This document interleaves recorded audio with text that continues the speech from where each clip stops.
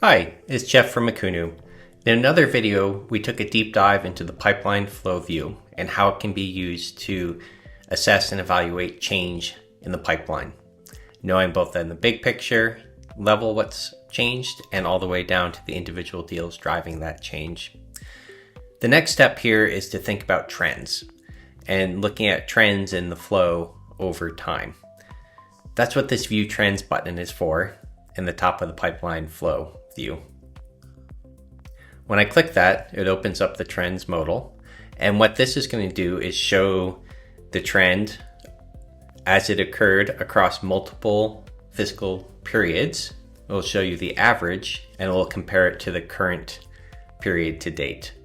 So when it opened up by default, it's showing the last 6 months and showing the flow across that entire month. So when we look at the columns, we have March, February, January, December, November, October, going back in time.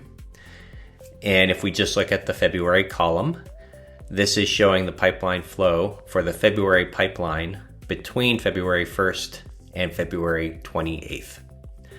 So during that month, the February pipeline, it started at 588. It ended at 86. And you can see the new deals, lost deals, won deals, moved in, moved out, everything that happened during that month. I can look at it in dollar terms, or I can click the number of deals button and look at the same data, but by the number of deals. Okay. So you get the average on the right, you get the current on the left, and you get the granular detail of each period in the middle. Up in the top right, there are some drop-down menus to adjust the fiscal periods. So instead of last 6 months, I could choose, for instance, the last 4 quarters, or last 6 quarters, or last 8 months. And that will change what the trend view is showing.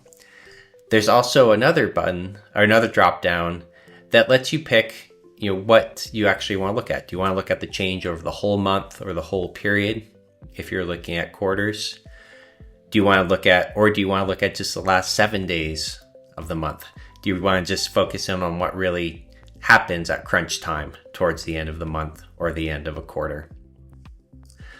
So that's the flow trends view. It's a great way to go one step beyond just looking at the current flow and really thinking about the dynamics of the pipeline over time so you can plan and know what to expect going to each month or quarter.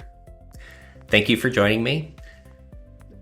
And stay tuned for more videos about Akoonu pipeline reviews.